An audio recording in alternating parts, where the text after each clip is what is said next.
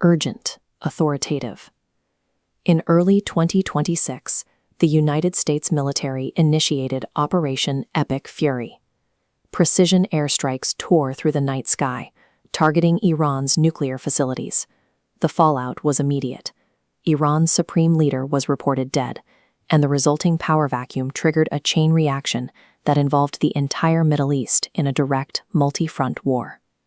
But in the late 19th century, the relationship looked very different.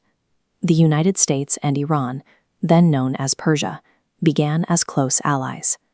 At the time, Iranian leadership viewed the United States as a uniquely trustworthy partner. While the British and Russian empires were aggressively carving up Persian territory for their own gain, the Americans arrived as educators, missionaries, and financial advisors. The strikes of 2026 represent the conclusion of an 80-year reversal.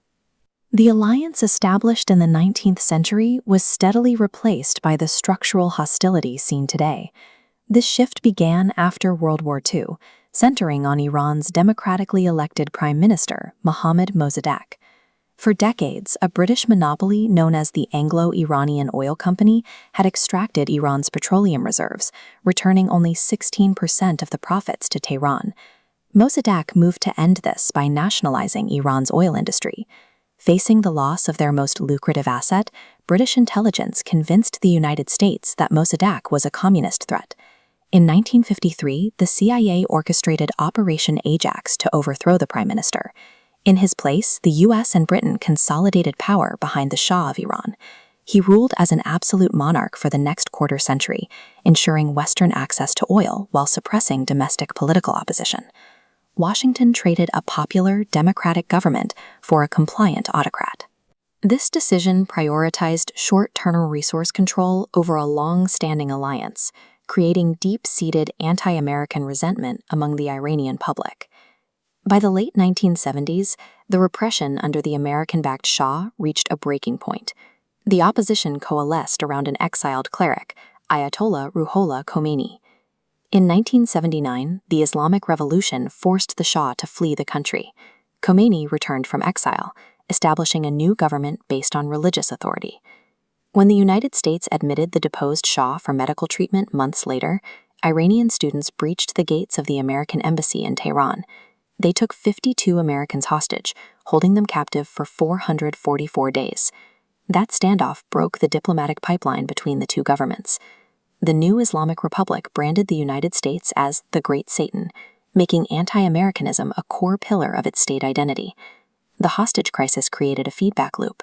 Politicians in both Washington and Tehran found that their safest domestic strategy was to point to the other as an existential enemy. With direct communication severed, the conflict moved into the shadows. Throughout the 1980s, the United States provided military and intelligence support to Saddam Hussein during Iraq's invasion of Iran. Despite brief cooperation following the September 11th attacks, President George W. Bush publicly grouped Iran alongside Iraq and North Korea as an axis of evil.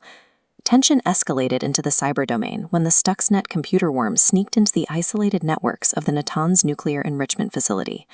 Crossing from code to kinetic energy, it forced the physical uranium centrifuges to spin wildly out of control until they destroyed themselves. Following this period of sabotage, the Obama administration negotiated the Joint Comprehensive Plan of Action in 2015, the first significant diplomatic breakthrough in decades. The deal was straightforward. Iran agreed to limit its uranium enrichment and submit to international inspections. In return, the United States and its allies lifted economic sanctions. In 2018, the Trump administration unilaterally withdrew from the agreement, reapplying sanctions and initiating a strategy of maximum pressure. Dissolving the treaty validated Iranian hardliners who argued Washington could not be trusted. Tehran accelerated its nuclear enrichment cycle and increased support for proxy militias across the region. The maximum pressure strategy damaged the Iranian economy, but failed to change the government's behavior. Instead, the resulting friction and the regional fallout from the Gaza war created a volatile environment. Iranian-funded proxy groups began executing coordinated drone and rocket attacks against United States military bases in Iraq, Jordan, and Syria. The United States responded with lethal force. Most notably, a targeted drone strike assassinated General Qasem Soleimani. the architect of Iran's overseas proxy network. This chart shows the financial breaking point. In 2025, a U.S. engineered dollar shortage sent the Iranian rial into freefall, triggering widespread domestic protests. By late 2025, the collapse of diplomatic channels left both nations with no tools for de-escalation, leaving direct military collision as the only path remaining for both leaderships. These events led directly to the military strikes of 2025 and the full-scale theater of Operation Epic Fury by 2026. The ongoing war has resulted in the destruction of civil infrastructure and a destabilized region facing the collapse of its political order. The military operations of 2026 are the descendants of the 1953 coup and the withdrawal from the 2015 diplomatic treaty. The 2026 war is the result of decades of tactical decisions that created a structural conflict diplomacy could no longer contain. These short-term choices led to generational consequences that could not be undone.